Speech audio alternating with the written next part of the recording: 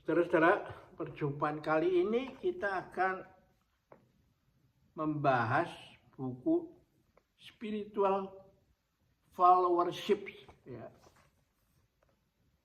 Ditulis oleh Profesor Dr. Marsudi Wahyukiswara, ya. Dengan co-writer Dr. Aryo Senong, ya.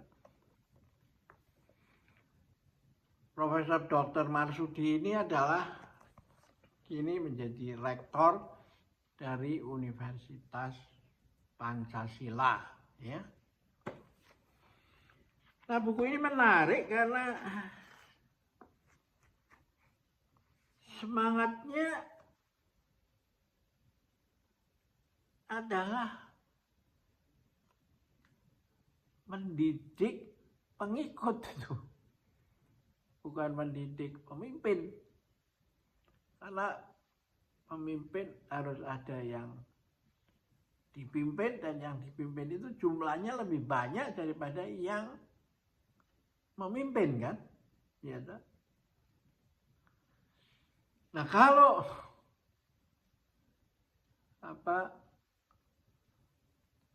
yang dipimpin itu dianggap sebagai benda-benda yang digerak-gerakkan seperti wayang oleh dalangnya begitu, ya nggak bisa kita lakukan begitu, kan? Karena ini manusia yang hidup itu. Nah, kata pengantarnya saya bacakan sebagai berikut, ya. Saat ini banyak lembaga pelatihan mengajarkan leadership, tapi hanya sedikit yang mengajarkan followership. Padahal jumlah pengikut jauh lebih banyak daripada jumlah pemimpin, leader, ya. Setiap pemimpin di satu organisasi merupakan seorang pengikut di organisasi lain. Jadi misalnya, ya,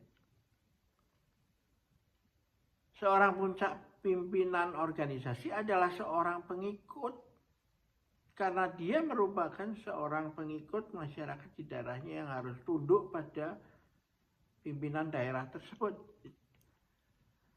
Umpamanya saya tinggal di Jakarta atau di satu kota dan memimpin organisasi apa saja, tapi pada saat yang bersamaan kan saya juga warga kota tersebut yang harus tunduk pada pimpinan kota tersebut.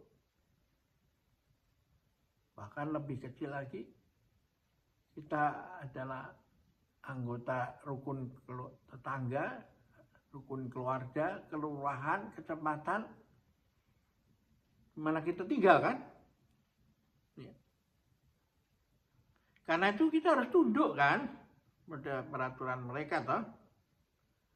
Kebutuhan pengetahuan tentang followership jauh lebih besar, demandnya banyak dibandingkan yang leadership.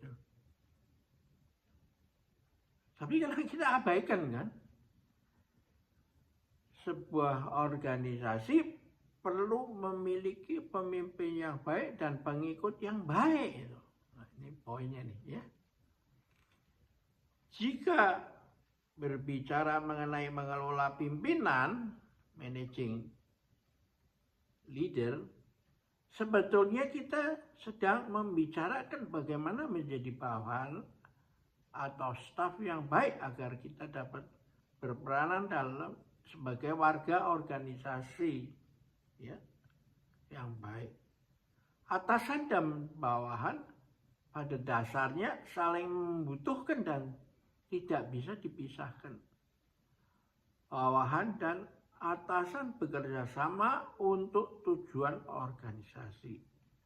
Dengan demikian, bawahan tidak bekerja untuk atasan. Itu. Tujuan organisasilah yang menjadi pusat perhatian mereka. tanda dari leadership yang sukses adalah ketika pemimpin mampu menumbuh kembangkan para pengikutnya.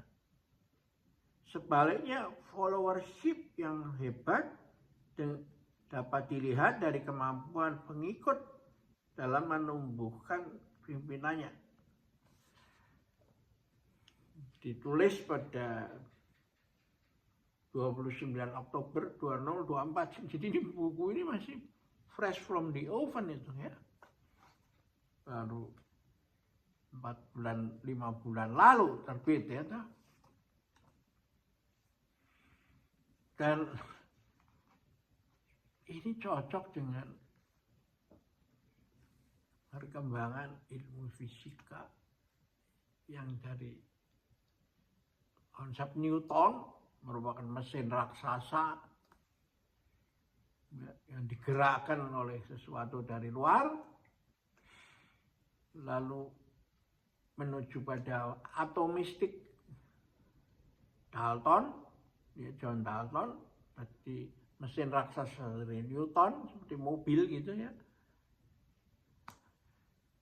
Atomistik, mesin atomistik seperti dalam atom, gitu. Ada elektron,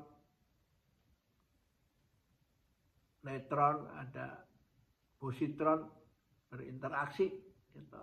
Meson dan segala macam. Dan lalu berkembang menjadi fisika kuantum, di mana materi itu seperti gelombang yang dipancarkan itu. Semuanya saling kait-mengkait. Jadi alam semesta ini suatu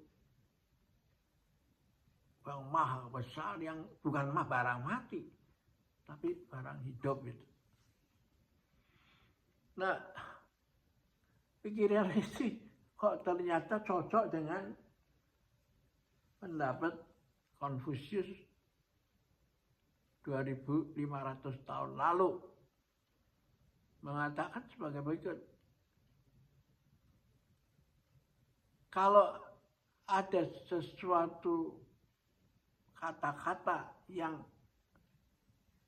bisa menyelamatkan dunia ini, apa sebenarnya? Kalau orang disuruh berkata-kata, berapa banyak, berapa buku yang diperlukan supaya dunia ini bisa diselamatkan atau bahkan dihancurkan.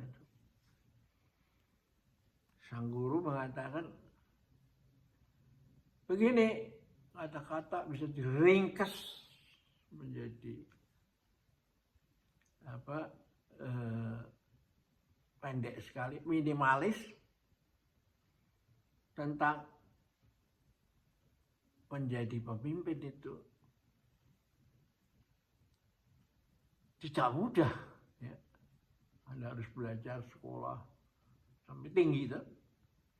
Tapi juga menjadi pengikut sama sukarnya.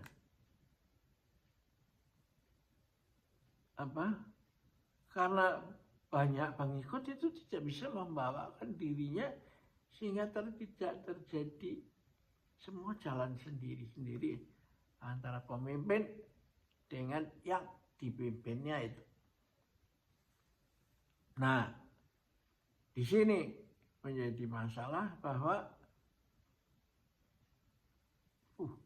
apa yang mau dijelaskan dalam buku ini adalah bagaimana itu kita membuat suatu pendidikan sehingga dua tangan itu bisa bertepuk. So, kalau masing-masing jalan sendiri-sendiri, ya nggak benar, ini tangan yang kanan, ini yang kiri, ya kan? Jalan sendiri nggak bunyi kan? Disebut kalau Anda tentu aja kurikulumnya beda, toh, mendidik pemimpin yang dan yang dipimpin. Karena itu dikatakan sebenarnya Anda mengajar supaya orang bisa mendengarkan suara satu tangan bertepuk. Maka dia adalah pemimpin atau leadership atau followership yang baik. Ya, menarik ya. Nanti kita lanjutkan dengan secara bertahap dengan membahas beberapa hal yang menarik dari isi buku ini, karena isi buku ini mengkaitkan dengan kepemimpinan zaman kuno itu. Ya. Sini adalah 4 sahabat sebagai teladan pengikut yang baik. Ya. Dia menyebutkan Abu Bakar As-Siddiq, ya, Umar bin Khattab, Utsman bin Affan, Ali bin Abi Thalib, gitu ya.